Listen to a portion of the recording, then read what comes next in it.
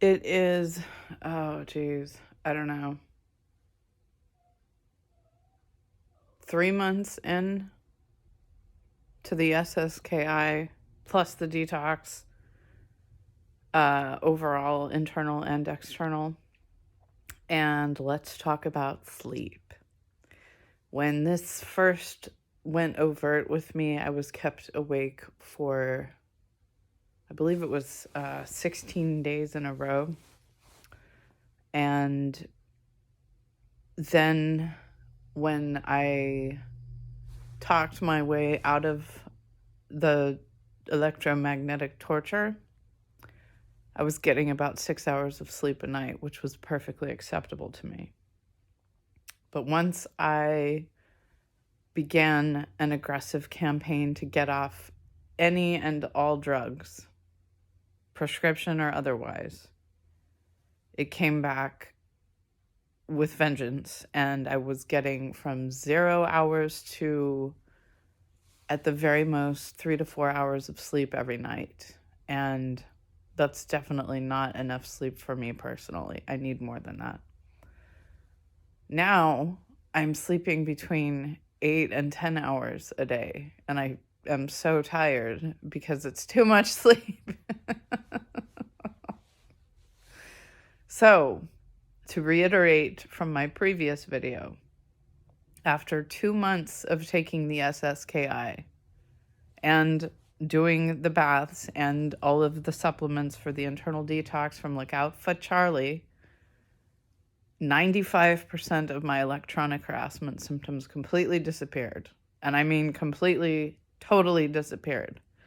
The only time I really feel anything is if my phone is near me. And that is total speculation based on anecdotal personal experience. And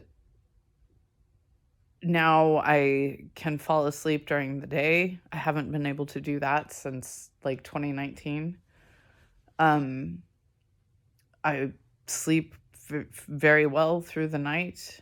I generally wake up at odd hours, get some work done, then go back to sleep if I feel like it. And I'm only doing this insane amount of sleep because I feel like my body needs it during the detox, because the detox is very intense. The SSKI is not easy.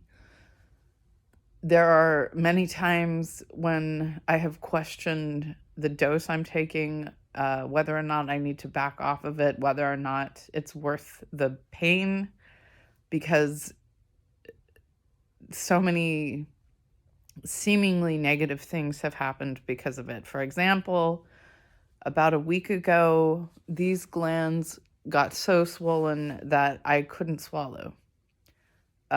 For several weeks, it was very difficult to just get up because of the pain in my right hip and my neck, which is still sore. My hip is pretty much healed up, but this part of my neck is still sore.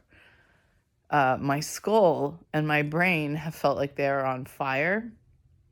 My shoulder blades feel like somebody with ice skates is stomping on them, although that has improved significantly.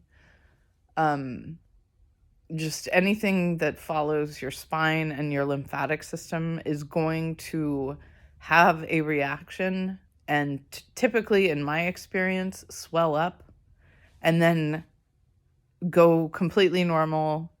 And as long as I stay on the SSKI dose, I don't have any symptoms in that area ever again. Ever. Like nothing.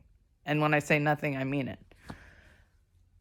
Because my face and my hands are typically always exposed to the environment, those are going to take the longest to get rid of the Morgellons, the fungal smart skin, if you will. And I have no problem with that, but those are the only areas that I feel anything on, as far as I can tell. I don't really experience active denial heating up at night anymore. Before my infection got fairly severe, which was in my late 20s and early 30s, I got really, really hot at night. It's just how my body works. I have a high metabolism rate, and a lot of that happens at night. And I sleep with absolutely no heat on, even during the winter months. Like today it's freezing because I'm always freezing, hence why I'm wearing a jacket and a vest and a sweater and a shirt and 2 pairs of pants and a pair of socks and a pair of shoes. But at night, I have to strip down to the basics because I heat up so much. And it is very different than active denial. Active denial feels like your skin is burning and it wakes you up. I don't wake up anymore. I just wake up at a regular pace in a regular fashion and notice that my body is very, very hot. But that's normal. Again, remember that. That is normal. The quality of sleep has improved tremendously. My dreams are still definitely manipulated.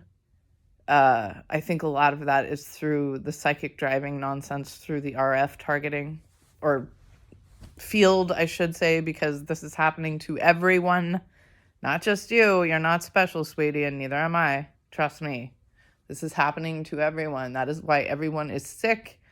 Everyone is overweight. Everyone looks like shit. Everyone feels like shit. And all of those people could pretty much get rid of all of their symptoms if they took the SSKI and did the detox. But I don't know if I can experience active denial anymore because the film on my skin is so small now compared to what it used to be, because I treat it rigorously and frequently and consistently, that it doesn't seem to crystallize anymore. So that fiberglass stage is something I don't really experience anymore. When I take the baths, it comes off, and yes, it does grow back immediately. In my opinion, and this is speculation, that is due to an internal infection because it literally comes out of your pores. How do I know that? Because I have this acne. It's fake acne. Sorry about the 5 o'clock shadow. I'm a tranny. I can't help it. And it's not actually acne. It's this crap coming out of your pores, my pores at least. And I know this because I cut myself right here when I was dermaplaning my face with a straight razor, and I was careless and I nicked myself. And I put a hydrocolloid patch over that cut, which I use frequently because they work very, very well when you are at the junky looking meth head stage of this detox and you think you have bad acne. Try hydrocolloid patches for like a week or 2 weeks at a time, and it will generally take care of that area permanently. But when I put a hydrocolloid patch on the nick from that razor cut, it sucked out the exact same thing as what's coming out from the rest of my skin.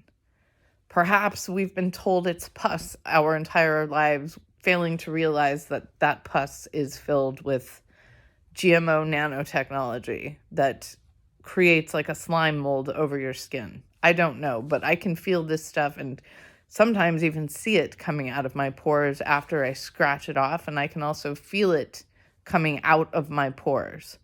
So however it has been modified, I think it begins primarily in the lungs, then it goes lymphatic, and then it takes over your entire body unless you treat it. And that's what the SSKI does. So as I do the SSKI, my face continues to break out. Different areas of my body continue to break out. I have alligator skin on some areas. On other areas, I have a rash, although not as bad as when I first started the SSKI. But based on other people's accounts of their own successful detoxes, I anticipate that this will keep happening for some time. And I'm totally fine with that. Quite frankly, I don't really give a shit about the skin issues now that the bulk of the human body communication symptoms are gone. And I anticipate the rest of them will go away within the next 4 to 6 months. So there's your update. Thank you. Bye.